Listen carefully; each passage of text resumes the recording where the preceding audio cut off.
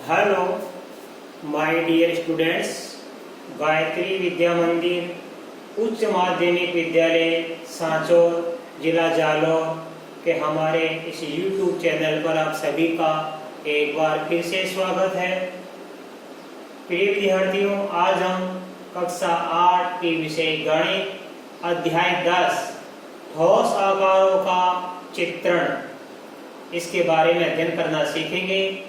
ठोस आकार और समतल आकार, जैसे कि हमने आपको पिछली कक्षा में पढ़ाया था समतल आकार और ठोस आकार के बारे में।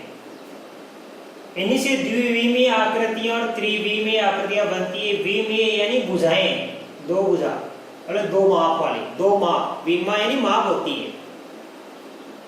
दो माप वाली आकृतियां और तीन माप वाली आकृतियां, इनके बारे में आप विस्तार से समझेंगे। बच्चों, आज हम इस प्रश्नावली के अध्ययन की शुरुआत करने से पूर्व मैं आपको एक बार फिर से दोहराना चाहूँगा कि यदि आपने अभी तक हमारे इस YouTube चैनल को सब्सक्राइब नहीं किया है तो सब्सक्राइब जरूर कीजिए, जिससे कि आपको आगे आने वाले हमारे नए वीडियोस के नोटिफिकेशन समय पर प्राप्त हो सके और आप अपनी पढ़ाई को निर्बाध रूप से सुचारू रूप से जारी रख सकें। तो बच्चों देखो, आज हम समझने जा रहे द्विविमीय आकृतियां यानी दो माप वाली आकृतियां। समझ आना, द्वि यानी दो, विमीय यानी विमा, माप। अब ये द्विविमीय आकृतियां क्या होती है?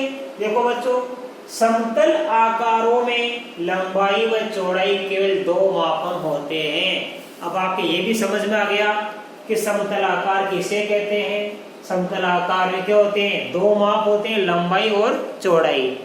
अब आप अपने आसपास देखो, आपने पिछली कक्षा में अध्ययन किया है कि दो माप लंबाई और चौड़ाई किन में होता है? त्रिभुज में होता है, आयत में होता है, वर्ग में, वृत्त में। ये आप ध्यान देना।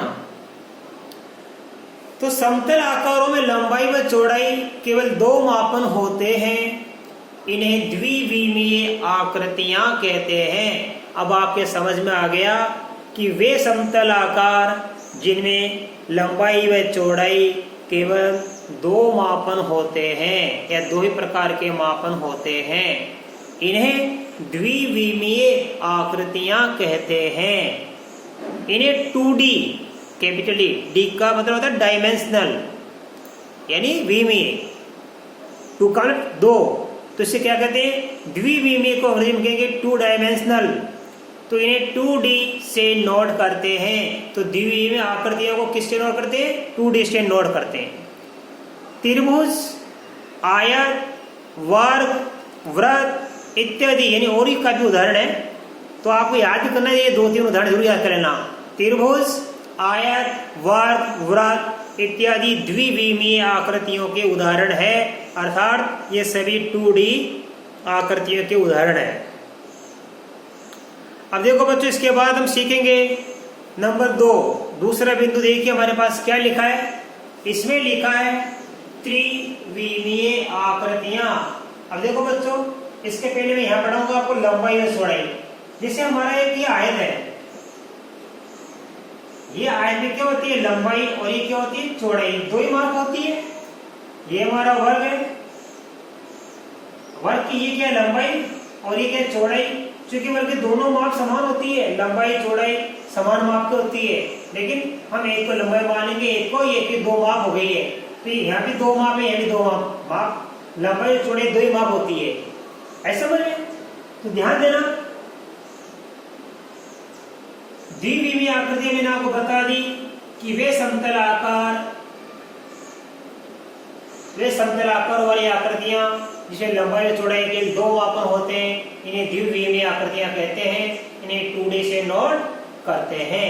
त्रिभुज, आयत, वर्ग, वृत्त इत्यादि द्विविमीय आकृतियां या 2D के उदाहरण हैं। अब देखो बच्चों, त्रिविमीय आकृतियां ठोस आकारों में, देखो बच्चों यहाँ पे क्या लिखा मैंने? समतल आकार। ये आयत, त्रिभुज, वर्ग, वृत्त सभी क्या हमारे ये समतल आकार कहलाते हैं बच्चों, राइट? क्योंकि इसमें दो ही माप होते हैं। ठोस आकारों में लंबाई चौड़ाई के अलावा ऊंचाई का भी मापन होता है। आप कल्पना करो अपने आसपास में क्या आपकी टेबल है, राइट, जैसे आपकी मान लो नोटबुक है, आपकी बुक है, या आप जिस रूम में पढ़ाई करते हैं आपका रूम है, आपके रूम में लंबाई भी होती है, चौड़ाई भी होती है और ऊंचाई भी होती है। तो आपका रूम क्या हो गया, घन या घनाभ हो गया। आयताकार है तो आपका क्या हो गया, घनाभ। और यदि ये वर्गाकार हो गया तो आपको हो गया घन। तो वो आपका जो रूम है वो किसका उदाहरण होगा, वो ठोस आकार होगा। तो त्रिविमी आकृतियां किससे कहते हैं, ठोस आकारों में लंबाई चौड़ाई के अलावा ऊंचाई का भी मापन होता है। अतः इनमें 3 मापन होते हैं। ठोस आकार में 3 मापन होते हैं, जबकि द्विविमीय आकृतियों में क्या होते हैं, हमारे पास 2 मापन होते हैं, लंबाई और चौड़ाई। और त्रिविमीय आकृतियों में ऊंचाई और शामिल हो जाती है लंबाई चौड़ाई के साथ में। अतः इनमें 3 मापन होते हैं, इन्हें त्रिविमीय आकृतियां कहते हैं। इन्हें 3D यानी 3 डायमेंशनल से नोट करते हैं। घन, घनाभ, बेलन, शंकु, गोला इत्यादि ये 3D आकृतियों के उदाहरण है। घन मैंने आपको बच्चों बनाना सिखाया था। देखो घन में क्या होता है, 6 वर्गाकार सतह होती है। देखो ध्यान से, ये हमने एक वर्ग बना लिया, राइट, एक वर्ग हमने ये और बना लिया। आप इनको किनारों को इनको मिला दो, आप इनको, ये आपका बन गया घन। इसी प्रकार का घन बन जाएगा, घना बन जाएगा। घना में क्या होते हैं, आयत बनाओ आप 2। ये हमने 2 आयत बनाए, समान नाम के 2 आयत बनाए ऐसे बीच में से, इनको मिला दो आप।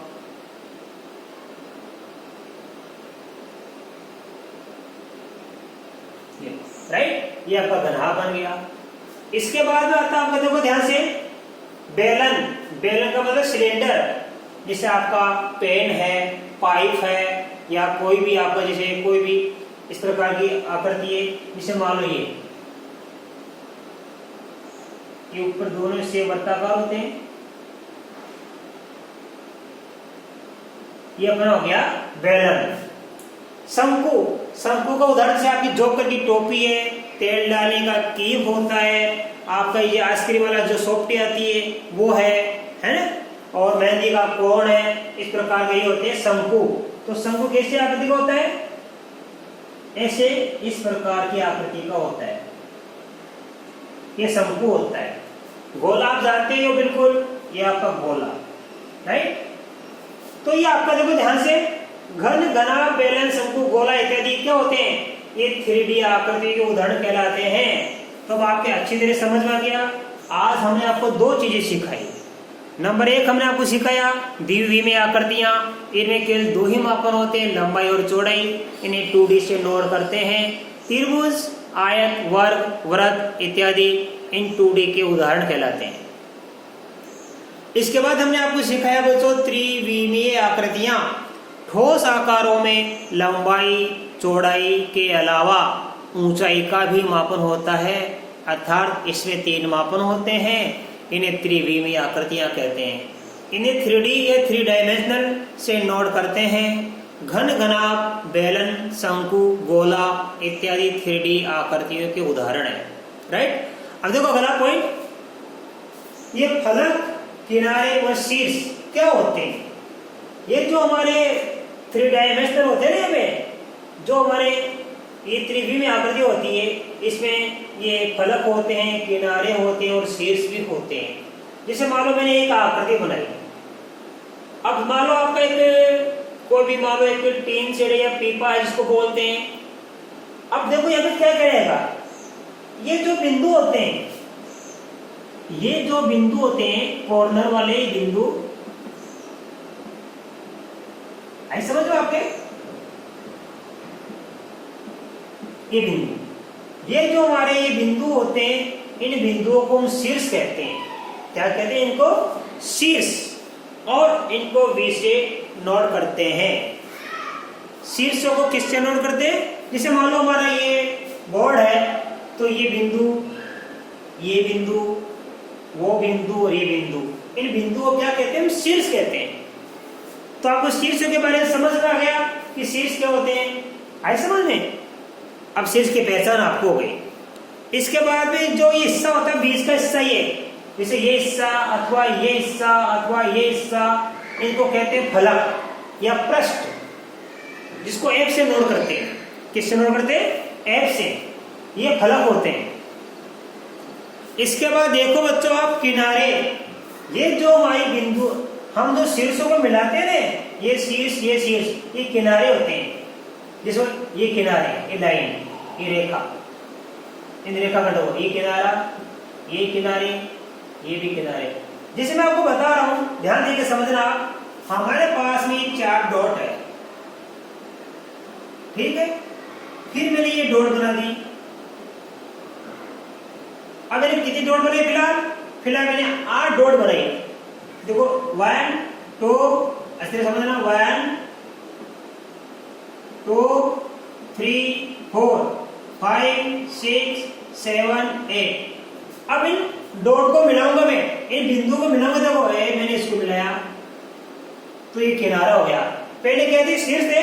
अब शीर्षों को मिला देंगे तो क्या बन जाते हैं? वो किनारे यानी रेखाखंड बन जाते हैं। अब देखो मान लो मैंने इसको मिला दिया,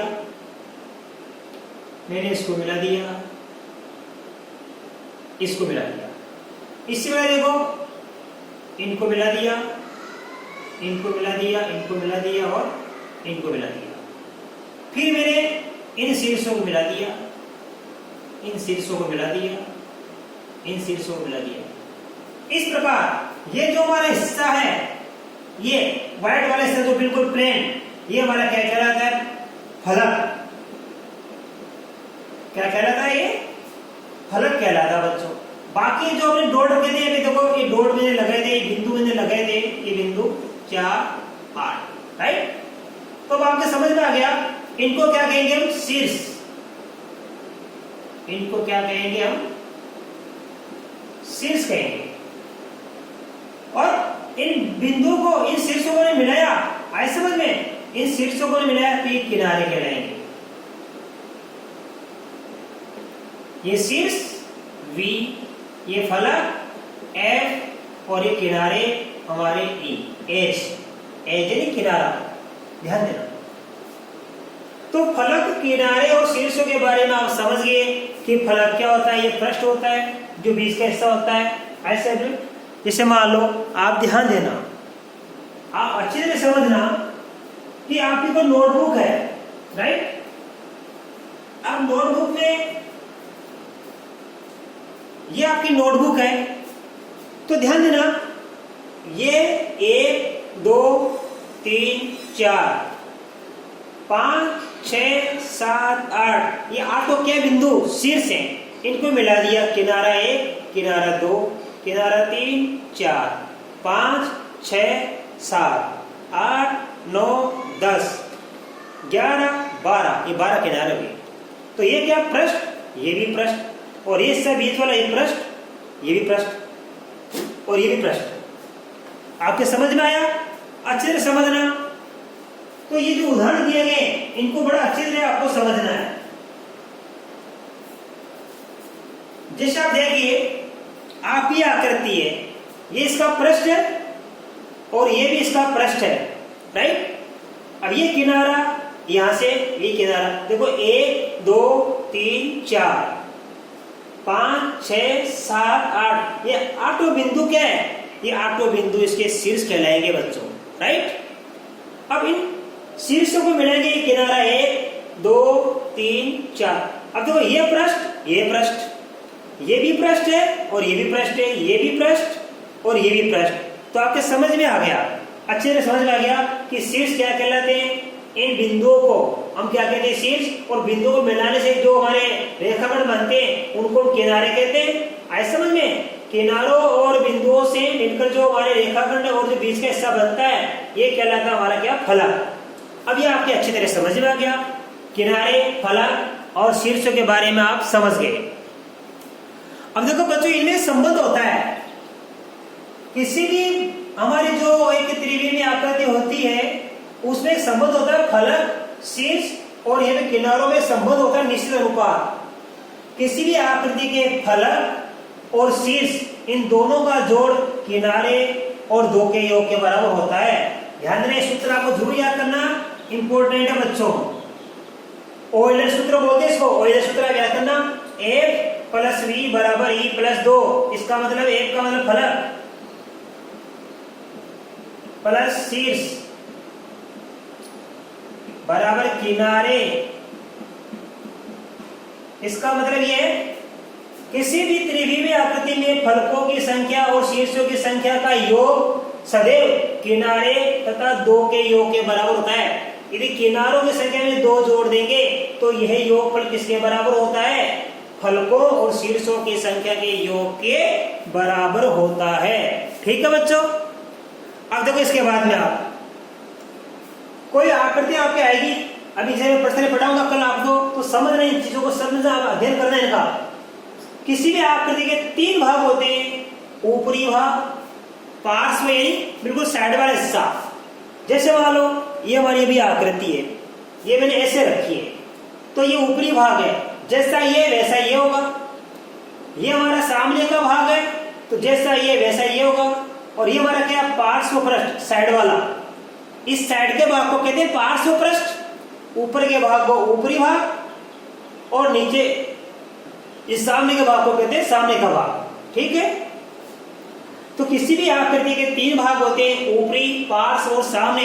जैसे हमारी ये आकृति बनाई मैंने, तो ये ऊपरी हिस्सा है, इसको कहते हैं ऊपरी पृष्ठ, ये कहलाता है पार्श्व पृष्ठ, और ये सामने का पृष्ठ।